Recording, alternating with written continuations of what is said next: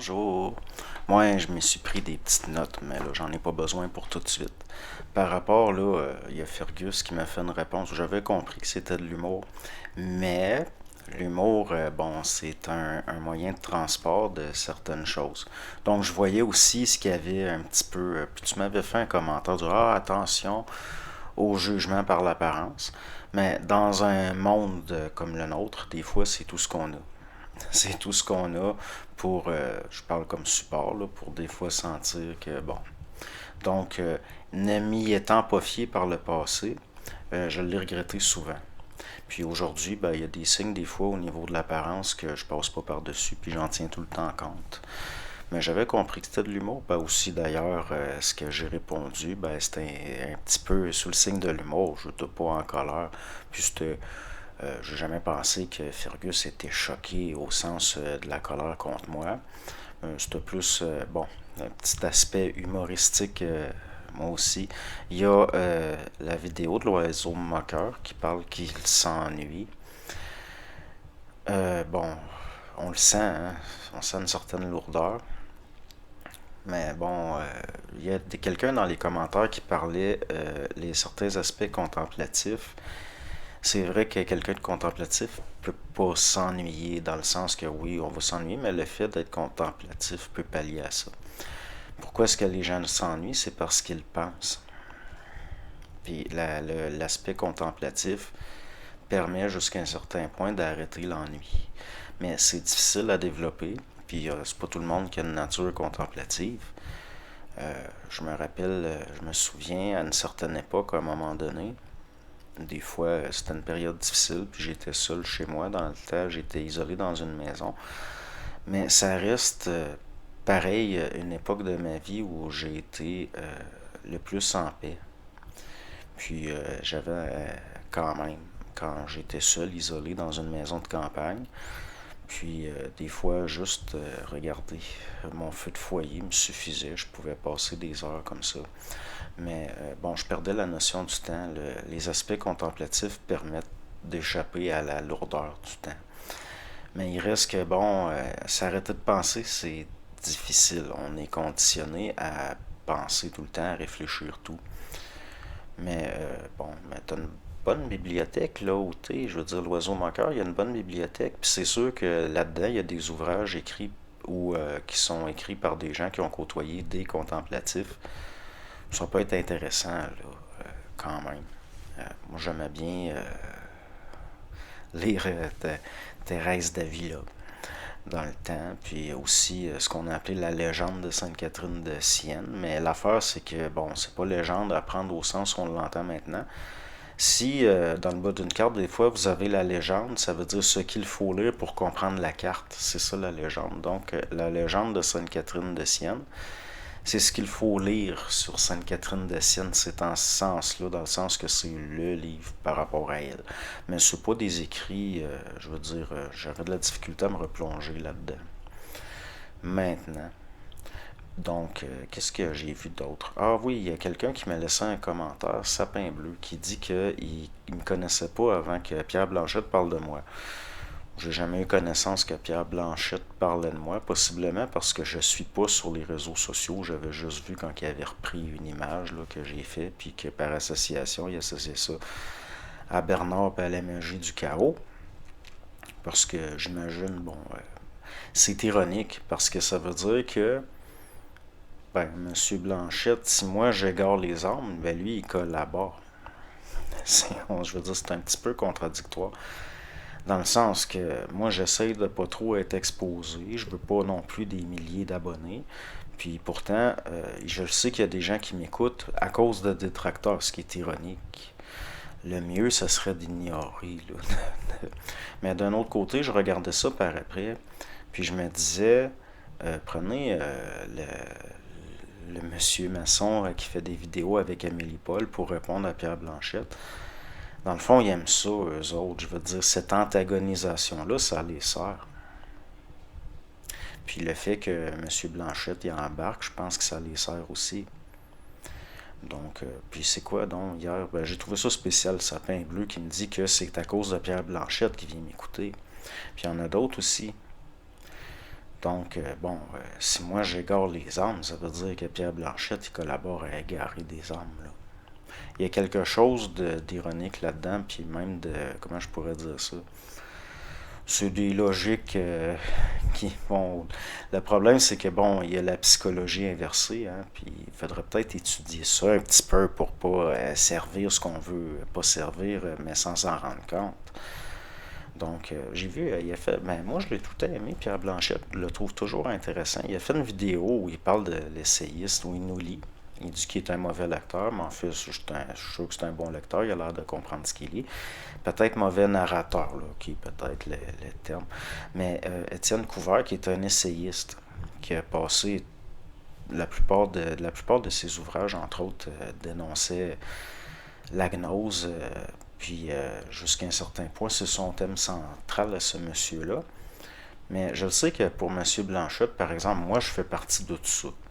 Tout simplement, pourquoi? Parce qu'il m'a jamais vraiment écouté. C'est difficile d'avoir le discernement, faire le tri. Ça fait plusieurs années, puis genre, c'est des milliers d'heures. Des milliers d'heures. Mais il y a des choses que j'ai pris en note par rapport à sa lecture, puis que je trouvais ça spécial. Pourquoi? Parce que, bon, ben, comme M. Couvert, qui nous lit, il dit que le spiritualisme est synonyme de spiritisme. Oui, mais il y aurait des nuances à apporter, c'est-à-dire les spirites sont presque toujours des spiritualistes, mais les spiritualistes ne sont pas toujours spirites. Donc, il y a bon, il y aurait des petites nuances, là, même si au fond, oui, ça peut être synonyme. L'affaire, il parle de la gnose, la prétention à la connaissance du divin au-delà des simples croyants. La question, moi, que je poserais par rapport à ça, c'est n'est-ce pas la position des scolastiques? C'était la position des théologiens scolastiques, au fond. Aussi, prenez la querelle des universaux chez les scolastiques du 13e siècle, qui est une... Je veux dire, c'est un petit peu... Bon, c'est spécial.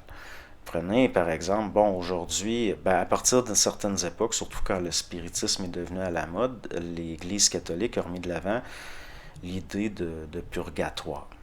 Mais il faut comprendre qu'au début, le purgatoire, l'idée de purgatoire était une hérésie pour l'Église catholique. Les gens qui croyaient au purgatoire étaient persécutés comme hérétiques. Après, il y a un concile, ils admettent l'existence du purgatoire, et après le concile, là, les gens qui ne croient pas au purgatoire sont persécutés comme hérétiques. C'est quand même spécial. C'est là où moi je vous dis, ben, Dieu qui est absolu, qui est resté inchangé, comment ça se fait que les dogmes changent? Ben, parce que l'Église catholique est une institution humaine. On le voit par des tergiversations comme ça. Bon, dans le fond, c'est du dogme, puis c'est de la doctrine, puis c'est de la liturgie. Puis c'est de la théologie, puis c'est de la philosophie. Toutes des affaires qui, bon, bon. Qu'est-ce qu'il dit? Il dit que Simon le mage est le père de la gnose. Il y aura encore certaines petites nuances à apporter.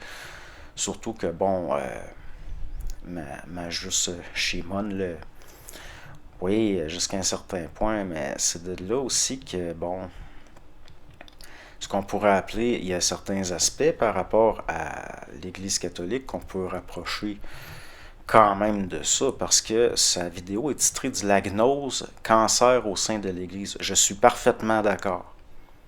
Je suis parfaitement d'accord. On le voit d'ailleurs avec les simonies puis des choses comme ça. Hein? N'est-ce pas? Donc, moi, je l'ai dénoncé, la gnose. Je veux dire, c'est là que je constate que, bon, moi, me faire mettre dans le même panier que des gens comme ça me choque. Je l'ai dénoncé, la doctrine faisant de Dieu un démiurge aussi. Je veux dire, j'ai jamais endossé, ou ceux qui antagonisent le corps et la matière, je les ai dénoncés. Je veux dire, je me suis jamais inscrit dans une lignée, pas une lignée, mais dans un courant comme de pensée comme ça, d'aucune façon. Puis pour ce qui est d'antagoniser le corps, puis de dire que le corps est mauvais, on retrouve aussi ça dans l'Église. Hein? Puis, je veux dire, les gens qui se flagellaient, puis... vous savez, les religieuses qui se mettaient... Aujourd'hui, il y en a, ils chialent, ils dénoncent, ils disent « Ah, ben, il y a des jeunes filles dans les écoles pour des raisons d'identité non genrée qui se font donner par des professeurs, des psychoéducateurs, des bandages pour s'aplatir la poitrine. » Ça n'a aucun sens. C'est les religieuses qui ont commencé à faire ça. désolé, même elles se lavaient habillées pour pas que la vue de leur propre corps les rende voluptueuses ou bon. Donc, c'est pour ça, moi, je vous dis, je peux pas, je peux pas me positionner contre certaines choses en étant dans des choses qui ressemblent à ce point-là. Hein? C'est étrange parce que quand mon père a été, je sais plus si c'était sa première communion ou sa confirmation, mais à l'époque, le cardinal Léger était présent.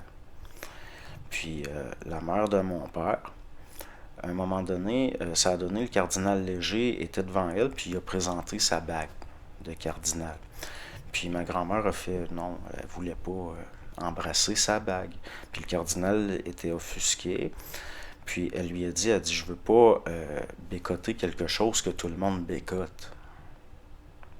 Puis le cardinal Léger était vraiment choqué, puis tout. Pourquoi? Parce que c'est un prince de l'Église. Or, qui se dit prince sur cette terre? C'est quoi le prince de la terre? Puis bon. Hein? Moi, j'ai bien de la misère avec ça. Puis j'y ai réfléchi dans le sens que j'ai pris le temps de prendre une pause, faire une remise en question.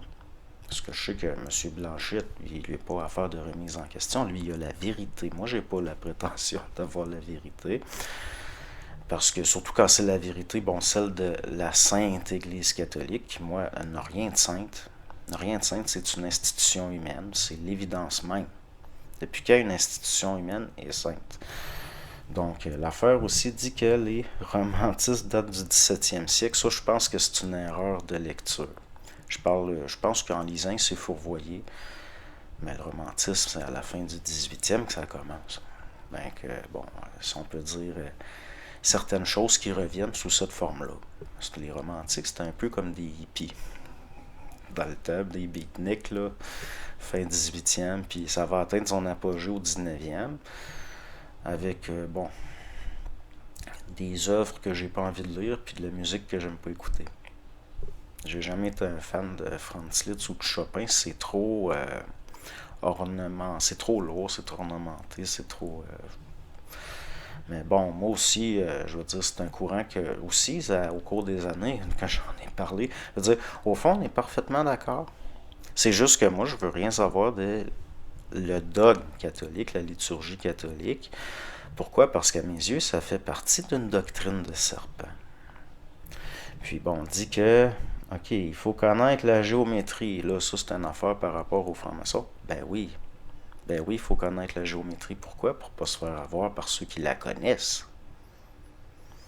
On n'est pas pour avoir une foi aveugle. Ça prend de l'intelligence aussi, puis bon. Mais vous regarderez les maçons, leur géométrie, c'est juste des vieilles géométries. C'est euclidien, c'est jamais aller plus loin. Puis dans le fond, c'est rendu vide.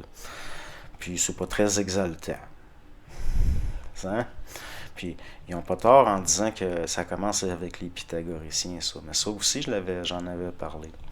Mais bon, je veux dire, au fond, on a la même position, à part que par rapport le dogme de la liturgie catholique, moi, je considère l'Église catholique comme aussi dangereuse que les francs-maçons, quelque part presque. Je veux dire, ça l'a été.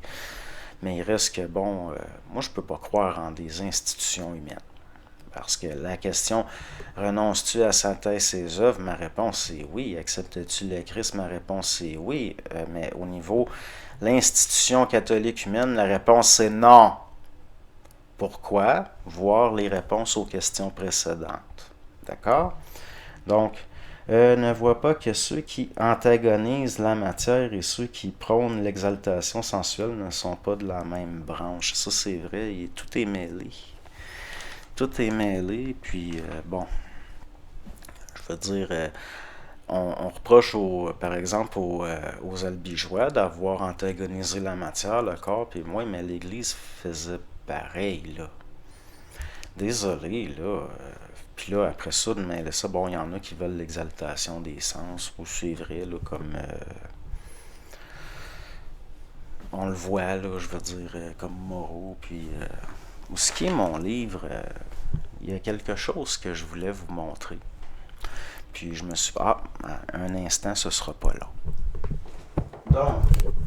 Donc selon M. Blanchette, bon, tout ça vient, c'est la doctrine du serpent. Puis on sait très bien c'est quoi le serpent. Puis là-dessus, je suis parfaitement d'accord avec lui. L'affaire, c'est, bon, Bernard de Montréal, est-ce que ça fait de lui un monstre parce qu'il a parlé chez Glenn? Moi, j'ai vu que Pierre Blanchette, il partage aussi des choses de Serge Monost, qui a parlé chez Glenn. Donc, il admet qu'il n'y a pas juste du monde, bon. Mais l'affaire de la doctrine de serpent, puis tout, Bernard, c'est une des personnes qui a le plus dénoncé l'ésotérisme. C'est une des personnes qui a dénoncé le spiritisme. Il a dénoncé énormément, je veux dire, comme quoi on était naïf, puis tout. Puis à un moment donné, il disait, il y a Glenn qui est rappelé, il dit, ouais, il est écrit pour le serpent, la femme t'écrasera, tu lui blesseras le talon, puis bon. Puis Bernard avait dit, peu importe que ce soit un pied d'homme ou de femme, du moment que le serpent soit écrasé. Puis le seul symbole que Bernard nous a laissé, c'est ça ici. Vous voyez? C'est un pied qui écrase le serpent. C'est un pied qui écrase le serpent. Puis là, où ma position bifurque avec celle de M. Blanchette, puis qu'il y a un conflit, c'est qu'à mes yeux, l'Église catholique, en tant qu'institution humaine, fait partie du serpent, fait partie des doctrines de serpent, fait partie des doctrines de démon jusqu'à un certain point. Pourquoi? Parce qu'on reconnaît un arbre à ses fruits. C'est d'une inconstance, prenez juste pour comme ce que je vous disais comme exemple, par rapport au purgatoire. C'est pas à des conciles, c'est pas à des institutions humaines de fixer les croyants à savoir c'est quoi la nature de Dieu. Ça n'a rien à voir. Dieu est absolu. Dieu est inconnaissable par un entendement humain. Donc, c'est juste la base de ne pas faire de mal à son prochain, d'être honnête, des choses comme ça. Puis aussi, oui, il y a certaines choses. Mais moi, ce qui est la base, je trouve, c'est les évangiles. Pas les tergiversations, puis les débats des théologiens, puis des scolastiques, puis voyons là. Ça, il est là l'égarement, moi, à mes yeux. Puis en plus, bon, puis je dis pas qu'il n'y a pas eu des gens très bien dans l'Église, au contraire. Au contraire. Mais faire la distinction entre l'institution humaine puis Dieu, là, dans le sens, bon, je pense que c'est assez clair, là. C'est pas compliqué, dans le fond. C'est très, très facile à comprendre. Parce que là, c'est bien dommage, mais le spirituel a servi d'excuse pour imposer des autorités temporelles. Puis ça n'a pas juste fait du bien. Puis oui, je considère, oui, l'Église, il y a un cancer dans l'Église qui est entre autres la gnose. Je suis parfaitement d'accord, puis c'est entre autres pour ça que j'ai un rejet total, puis que je considère plus que l'Église catholique, je ne peux pas y accorder aucune autorité. Aucune autorité. Impossible. Impossible. Puis même, moi, je considère qu'on a été suffisamment trahi par ces institutions humaines-là. Faut pas remettre sa foi dans des humains, jamais. Donc, c'est ça, par une foi aveugle, là. C'est comme du monde qui suit le dogme à la lettre, puis ça revient un petit peu à des pharisiens, puis ce qu'ils pensent pour vrai, on ne sait pas. Fait que, bon, eux autres, sur les apparences, sur la surface, c'est des choses comme ça. Mais il reste que, prenez quand ma grand-mère a refusé d'embrasser la bague du cardinal Léger. Ça, c'est de l'intelligence à mes yeux. Prenez, moi, ça m'écœure l'Église catholique. Il y a combien de personnes dans le temps qui se sont transmis la tuberculose parce qu'un en arrière de l'autre, ils embrassaient des reliques, puis c'est dégueulasse. C'est de la croprophagie. L'Église catholique est une dépeceuse de cadavres. Quand c'était le temps là, de faire une opération pour sauver quelqu'un, on n'avait pas le droit. Hein, c'est pas, le corps est sacré. Puis on n'avait pas le droit de faire d'autopsie pour comprendre ce qui se passe. Hein, le corps est sacré. Mais quand c'est des saints, puis là, le trafic, puis les simonies, puis envoie, là, on réduit les corps en pièces, puis bon. C'est assez... moi, ça m'écoeure. Je trouve ça dégueulasse. Puis, petit fait cocasse par rapport à... bon, moi, j'avais pris Berthold comme nom parce que j'aimais la consonance. J'aimais la consonance. J'étais loin de me douter que c'est un nom de l'origine, puis ce que ça voulait dire. Puis il y a l'histoire de l'archevêque de Toul, Berthold de Toul. Puis lui, à un moment donné, il y a une femme, une châtelaine, ou je sais pas trop, une dame qui faisait partie bon, qui était d'une famille noble, et puis à un moment donné, elle voulait se faire payer, possiblement, là, que c'était par rapport à dans la région où ce qu'ils étaient seigneurs, que bon, il y avait des impayés, puis elle voulu recouvrir, puis elle avait fait ouvrir le tombeau d'un saint pour voler les reliques, comme gage du fait que la communauté lui devait, ou je sais plus trop. Puis Berthold de Toul, il a été extrêmement sévère avec eux. Puis il a même expulsé de la région. Puis je trouve ça ironique un petit peu. Il y a un évêque comme ça qui était un archevêque, je pense que c'était un archevêque, qui était reconnu pour une certaine rigidité, une certaine dureté, une certaine sévérité. Puis finalement, c'est un prénom que j'ai fini par prendre comme pseudo. C'est quand même ironique. Mais j'ai déjà un prénom un peu spécial, là. Ceux qui connaissent, certains dialectes là, du nord de la France, là, j'ai un prénom en lien avec ce qu'on appelait anciennement, c'était des pierres dans le fond des eaux sur lesquelles venaient s'abîmer des vaisseaux qui coulaient. Puis c'est étrange parce que mon véritable prénom est d'origine, me semble que c'est d'origine bretonne, mais Berthold aussi. Puis ça, c'est pas mal plus tard, je l'avais su. J'avais trouvé ça comique. C'est la partie anecdote. C'est la partie anecdote. Puis bon, mais personnellement, j'ai rien contre les catholiques. Vraiment rien. J'ai rien contre l'Église catholique. Sauf si il y a une imposition d'une prétention de posséder la vérité puis de l'imposer au niveau d'une liturgie puis d'un dogme. Là, c'est non. C'est non. Parce que il n'y en est pas question. Impossible. Impossible, je peux pas. Je peux pas. Je l'ai regardé. Je me suis demandé sérieusement, après, j'ai eu une période d'une petite pause, je me suis demandé sérieusement, est-ce que j'égare les armes? Est-ce que je suis un adorateur de doctrine des serpents sans m'en rendre compte? Ça a été extrêmement difficile comme introspection. Ça a été énergivore. Puis maintenant, avec le recul, je me rends compte que, au fond, s'il y a un jeu de réponse puis d'attaque comme ça entre Amélie Paul, son maçonneux, puis Pierre Blanchette, c'est parce que ça les sert les deux quelque part, puis tout, puis hein, hein, comment le royaume du prince de la terre pourrait réellement se maintenir puis s'amplifier de plus en plus s'il était divisé en lui-même, dans le fond. Peut-être qu'il y en a qui le servent sans s'en rendre compte. Puis, j'ai jamais subi, à part par association, j'ai jamais subi d'attaque de ces initiés-là de la connaissance, dans le sens que c'est surprenant. Je pense qu'ils ont compris que Pierre Blanchette, il est pas dangereux. Fait qu'on peut en parler. Puis, moi, peut-être que c'est mieux de tenir ça mort, de part et d'autre. Hein? Donc, c'est bien correct. Moi, j'aime beaucoup la discrétion. Puis, plus ça va, plus je commence à me rendre compte que on peut pas continuer comme ça juste sur YouTube. Là. Va falloir faire comme les premiers chrétiens puis se cacher un peu. Surtout dans les temps qui viennent.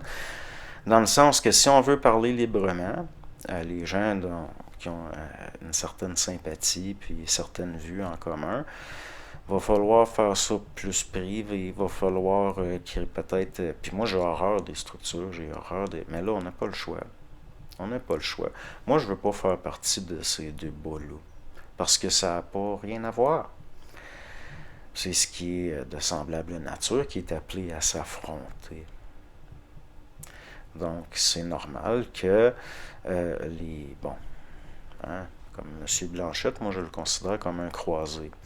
Les croisés qui, à mes yeux, n'ont rien à voir avec les évangiles, mais absolument rien à voir. Celui qui vit par l'épée périt par l'épée. À moins que l'épée dont on parle, ça soit la parole. Là, c'est pas pareil. Là, ça, c'est... Mais il reste que, les croisés, là, puis Saint-Louis et compagnie, puis... Bon, ça suffit. Au revoir, bonne journée. Puis l'oiseau moqueur, ça a l'air lourd, je veux dire. T'as l'air un petit peu, l'ennui. Tu tu sais, je le sais que, bon, je pourrais l'aborder de certaine façon, l'ennui, mais je pense pas que ça te parle. Donc, l'affaire, pourquoi qu'on s'ennuie, c'est parce qu'on pense. Je veux dire, c'est l'intellect, hein, qui fait qu'on s'ennuie. Même un enfant qui s'ennuie, c'est à cause de son intellect, c'est parce qu'il pense. C'est lié à la mécanicité de son âme. Prenez un petit enfant qui s'ennuie de sa mère. Mais il reste que, je ne c'est pas pour rappeler juste à ça, mais bon, il est pas bon que l'homme soit seul là-dedans, s'ennuyait, puis bon, c'est des choses, mais il reste que je vais avoir passé les dernières années de ma vie à chercher une certaine solitude que j'ai pu. Je suis tout le temps entouré, je suis tout le temps avec des gens, tout le temps, tout le temps, tout le temps. Puis des fois, j'y repense, quand j'étais dans ma maison isolée, en campagne, avec ma forêt, puis aujourd'hui, je le vois comme ces moments-là où j'étais seul, comme parmi les plus beaux moments de ma vie. Puis j'ai fait quelque chose à cette époque-là. Ça, s'il y en a là, des amis de Pierre Blanchette, là, écoutez bien ça. Je me suis rendu compte que je m'étais fait avoir une partie de ma vie par la forme, puis qu'on se servait de ma piété pour me manipuler. Puis à un moment donné, moi j'en avais, hein, des crucifix, j'en avais deux. J'en avais un du 17e siècle, qui avait une certaine valeur, qui datait du temps du régime français. Puis j'en avais un autre du 19e siècle. Savez-vous ce que j'ai fait cette année-là? Parce qu'à un moment donné, je me suis rendu compte que je m'étais fait avoir par la forme. Puis, vous savez pas ce que j'ai fait? J'avais un poêle à bois avec une vitrine, là, c'est de la vitre vitrifiée, là, c'est ce qu'ils appellent la vitre thermos. Puis je les ai mis dans le feu, puis je les ai regardés brûler. Puis j'ai vu les corpus fondre. Puis, je vais être franc avec vous, oui, c'était des formes qui m'encombraient. Puis, à un moment donné, ben, je vais être franc avec vous, là, ça a été extrêmement libérateur. Puis, pourquoi? Parce que je faisais tout d'un coup la différence, justement, entre le réel, puis des interprétations humaines, des dogmes, puis des formes séculaires. C'était pas par, c'était pas par esprit de profanation, pas du tout. Ça n'a rien à voir. Pourtant, oui, j'ai fait ça. Mais je ne l'ai pas fait en public comme il y en a qui font puis que c'est de la provocation. C'est quelque chose qui m'était personnel par rapport à des objets qui m'appartenaient. Puis, jusqu'à un certain point, beaucoup de. Certains alourdissements, je dirais, certains blocages. Puis, ça a été très libérateur de faire ça. Puis, je le sais que ça peut être mal vu. Puis, le pire, c'est que c'était des objets d'une grande valeur. Mettre ça sur eBay, là. Mais non. Ah oui, j'ai brûlé des objets consacrés, j'ai fait ça. Puis c'était pas pour provoquer, c'était pas par profanation, c'était pas par esprit de profanation. C'est plus par une épuration d'une phase de ma vie que je mettais derrière moi. Puis que je le savais à ce moment-là, d'essayer de plus jamais me faire avoir par la forme. Puis il est arrivé la même chose par rapport à... J'avais possiblement, quand j'étais dans une autre ville, parce que même si j'ai jamais eu aucune pratique de rien, j'ai tout le temps étudié, puis étudié certaines choses, un peu comme Monsieur Couvert, qui était pas un gnostique, mais qui étudiait le gnosticisme. Puis j'avais une bibliothèque très importante au niveau d'ouvrages rares, notamment là, des fois des livres qui dataient carrément de la fin du 19e siècle. Puis à un moment donné, je les ai toutes mis aux poubelles. C'était fini. Puis même ça, je le sais qu'il l'a vécu, David Lévesque, à un moment donné. Puis, mais ça, moi, ça m'est arrivé il y a un bon bout de temps que j'avais fait ça. Puis ça a été pareil vers 2015. 2015-2016.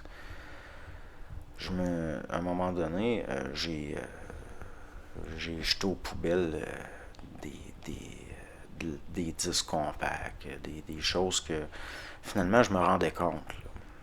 Je voyais au-delà de ces formes-là. Puis c'est de l'expurgation. À un moment donné, il est là le purgatoire. C'est-à-dire, bon, c'est mon propre feu qui a brûlé ma pollution à ce niveau-là. Mais oui, la pollution, on s'en refait tout le temps. Mais prenez comme à un moment donné, l'oiseau manqueur disait bon, l'affaire les farfadets, que ça nous avait affecté. Puis ben moi, j'ai jamais été là-dedans. Je peux pas dire que ça m'a affecté tant que ça. L'affaire, c'est que par l'observation de certains mouvements, j'étais très en colère par surtout une gang qui était très proche du chamanisme, puis des affaires de même. Puis ça me mettait tellement en colère. Puis les farfadets, je m'en occupais pas. Mais quand il a commencé à avoir des témoignages que ces gens-là, il y avait le bâton de parole. Moi, mon bâton de parole, c'est ça. Il y avait un bâton de parole, il y avait un feu sacré, les feux étaient sacrés, puis les affaires de même. Là, j'ai dit, ouais, c'est vraiment partout. C'est vraiment partout. Puis moi, j'aurais jamais pensé qu'il y avait quelque chose de sectaire autour de ça. Puis par après, pas longtemps après, là, M. Blanchette qui disait, ah, toutes ces sectes-là, puis j'étais un petit peu par association mis là-dedans. Oui, ça me met en colère. Pourquoi? Parce que c'est pas vrai. J'ai tout le temps déconseillé l'astrologie, j'ai tout le temps déconseillé d'aller voir des voyages, j'ai tout le temps déconseillé le spiritisme, j'ai tout le temps conseillé d'être d'une prudence extrême avec ces choses-là, de jamais faire confiance à des, puis ou de demander des choses à l'invisible. Puis bon, si prenez anciennement la prière, c'était pour rendre grâce. Quand les gens priaient, c'était pour rendre grâce, c'était pas pour demander des choses, c'était pour remercier pour ce qu'ils avaient. Puis tranquillement, hein, on prie Saint-Antoine pour trouver des objets perdus. Puis le paganisme s'est invité dans l'Église. Le gnosticisme s'est invité dans l'Église. Il a tout le temps été présent. Pourquoi? Parce que c'est une institution humaine qui sert le prince de la terre. C'est pour ça aussi que j'ai tout le temps été ça me tente pas moi de fonder des structures ou des ci ou des ça. Puis si jamais ça arrive, ça va être pour des raisons techniques. Pour des raisons techniques, pas pour des raisons d'instituer quelque chose. Non, je me méfie énormément de tout ce qui est humain. Mais là, je parle au sens l'humanité psychologique, subjective. Donc, même par rapport à certains discours, par rapport, on pourrait dire, philosophique, le subjectivisme, l'objectivisme, Monsieur Blanchette, il est en accord sur plein de choses avec Bernard, c'est juste qu'il s'en rend pas compte. Puis le reste qui est dans des accords avec, c'est possiblement lié à une forme d'incompréhension, mais c'est pas grave. De toute façon, moi, Bernard de Montréal, je l'ai jamais idolâtré ou vu comme un maître, ou même... bon, il y en a, ils vont l'appeler un initié, ou ils se disent un initié. Mais initié, c'est pas dans le sens ancien du terme, là, ça n'a rien à voir. Tu sais, je veux dire, bon, c'est un peu comme quelqu'un qui va apprendre à l'université des bases en chimie, on peut dire qu'il est initié à la chimie. Puis une fois après qu'il a intégré certaines choses, ben, il n'est plus la même personne, étant donné que, bon, au niveau de l'intellect, si on prend la personne psychologique, là, donc ça prend un autre sens. Moi, je l'ai jamais vu comme...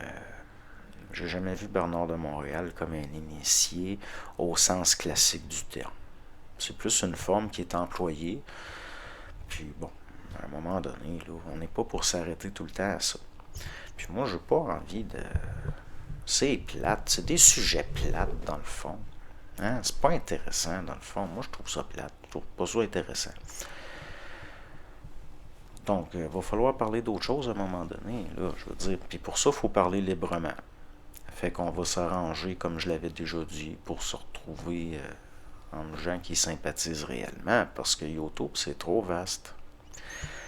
Mais là, comment opérer un tri, je le sais pas trop. Puis là, en ce moment, bon, je suis encore dans la fin de novembre, et je vais attendre que l'hiver soit réellement tamé, là, que j'ai un petit peu plus d'énergie, puis je verrai. Mais là, en ce moment, il y a un paquet de choses que faut que je fasse, là, puis bon, vous savez, on n'a pas le choix, là. Il y a des choses que j'ai à faire comme tout le monde, puis j'ai une vie comme tout le monde, puis c'est bien une valeur, mais je peux pas faire ça à plein temps, puis rien que faire ça, ou organiser ma vie en fonction de ça. Ce serait une erreur. Donc, bonne journée.